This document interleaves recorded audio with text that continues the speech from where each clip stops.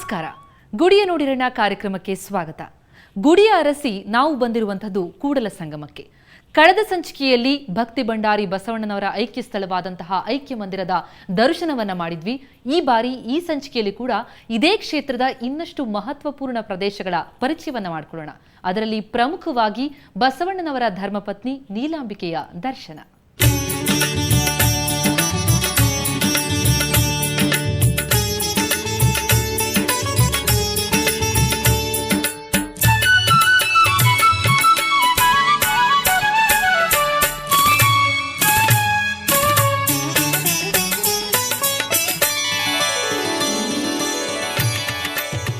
ನೀವಿಲ್ಲೇ ನೋಡ್ತಾ ಇದ್ದೀರಲ್ಲ, ಇದು ಕೃಷ್ಣಾ ನದಿ, ಇತ್ತ ಹರಿಯುವಂಥದ್ದು ಮಲಪ್ರಭಾ.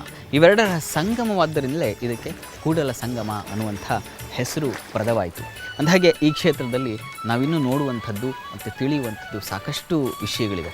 ಹಾಗಾಗಿ ಈ ವಾರ ಕೂಡ ನಿಮಗೆ ಇದೇ ಕ್ಷೇತ್ರದ ಪರಿಚಯವನ್ನು ಮಾಡಿಸ್ತಾ ಇದ್ದೀನಿ. ಅಂದಹಾಗೆ ಈ ಕ್ಷೇತ್ರದ ಇವತ್ತಿನ ಮಹತ್ವ ಏನು ಅನ್ನೋದನ್ನು ತಿಳಿಯೋಕ್ಕಿಂತ ಮುಂಚೆ ನೀವು ಈ ಕ್ಷೇತ್ರಕ್ಕೆ ಬರುವಂಥ ಮಾರ್ಗಸೂಚಿ ಹಾಗೂ ಬಸ್ಸುಗಳ ವಿವರವನ್ನು ಮತ್ತೊಮ್ಮೆ ಗಮನಿಸ್ಬಿಡಿ.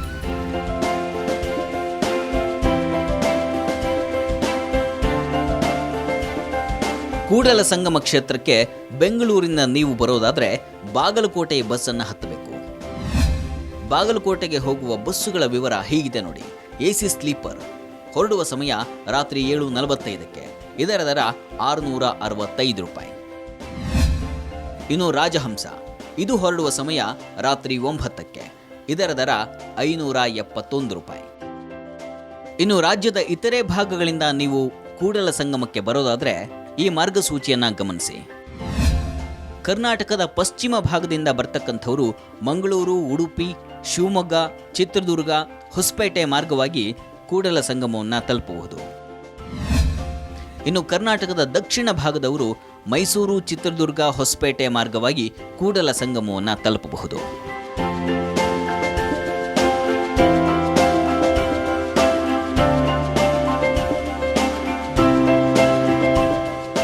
ಇಲ್ಲಿಗೆ ಬಂದವರಿಗೆ ಈ ಮಹಾಮನೆಯಲ್ಲಿ ಉಳಿಯುವಂಥ ವ್ಯವಸ್ಥೆಗಳನ್ನು ಮಾಡಿದ್ದಾರೆ.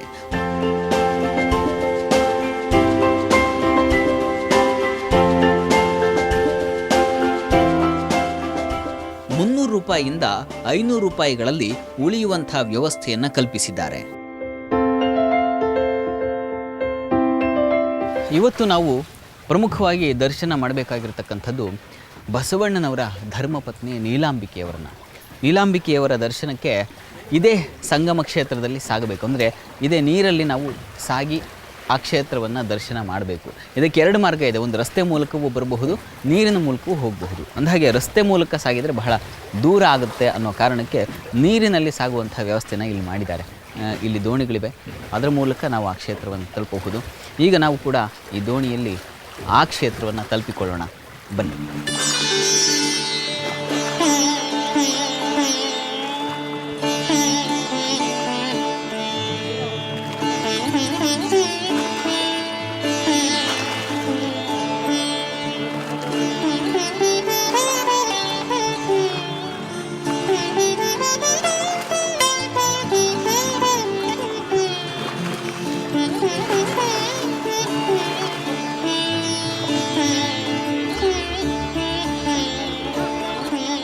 ಈ ತುದಿಯಲ್ಲಿ ನಿಂತು ನೋಡಿದ್ರೆ ಈ ನದಿ ತೀರದ ಆ ಕಡೆ ಭಾಗದಲ್ಲಿ ನೀಲಾಂಬಿಕಾ ದೇಗುಲ ದರ್ಶನವಾಗುತ್ತೆ.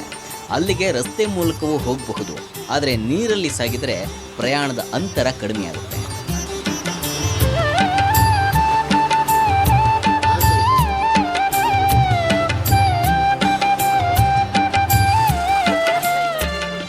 ಈ ಕೃಷ್ಣಾ ನದಿಯಲ್ಲಿ ಸಾಗೋದಿದೆಯಲ್ಲ, ಇದು ಒಂಥರ ಮನಸ್ಸಿಗೆ ಆನಂದ ಕೊಡುತ್ತೆ. ಯಾತ್ರಿಕರು ಬರೋದೇ ಈ ನದಿಯಲ್ಲಿ ಬೋಟಲ್ಲಿ ಸಾಗುವಂಥದ್ದನ್ನು ಮನಸ್ಸಲ್ಲಿ ತುಂಬಿಕೊಳ್ಳೋದಕ್ಕೆ. ಅಂದಹಾಗೆ ನಾವಿಲ್ಲಿ ಗಮನಿಸ್ತಾ ಇದ್ದೀವಲ್ಲ, ಅಲ್ಲಿ ಕಾಣ್ತಾ ಇದೆಯಲ್ಲ, ಅದೇ ನೀಲಾಂಬಿಕಾ ದೇವಾಲಯ. ರಸ್ತೆ ಮೂಲಕ ನೀವು ಬರೋದಾದರೆ ಅಲ್ಲಿ ಸೇತುವೆ ಕಾಣಿಸ್ತಾ ಇದೆಯಲ್ಲ, ಆ ಮಾರ್ಗವಾಗಿ ನೀಲಾಂಬಿಕಾ ದೇವಾಲಯವನ್ನು ತಲುಪಬಹುದು.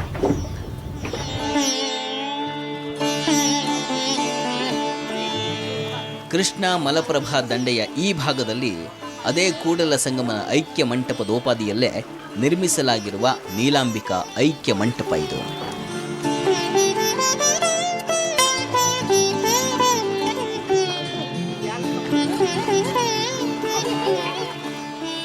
ಈ ಕೃಷ್ಣಾ ನದಿಯ ಈ ಭಾಗದಲ್ಲಿರ್ತಕ್ಕಂಥ ಊರು ತಂಗಡಗಿ ಅಂತ, ಮುದ್ದೇಬಿಹಾಳ ರಸ್ತೆಯಲ್ಲಿ ಸಿಗುವಂಥ ಗ್ರಾಮ.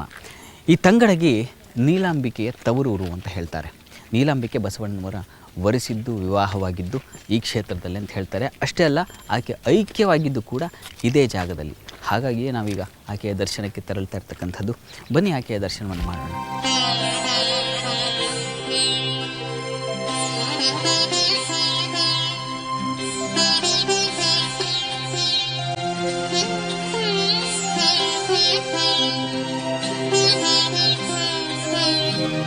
ಬಸವಣ್ಣನವರ ಎರಡನೇ ಮಡದಿ ನೀಲಾಂಬಿಕೆ ಪತಿಯ ಜಾಡಲ್ಲೇ ಸಾಗಿದ ಮಹಾಸಾಧ್ವಿ ಈಕೆ.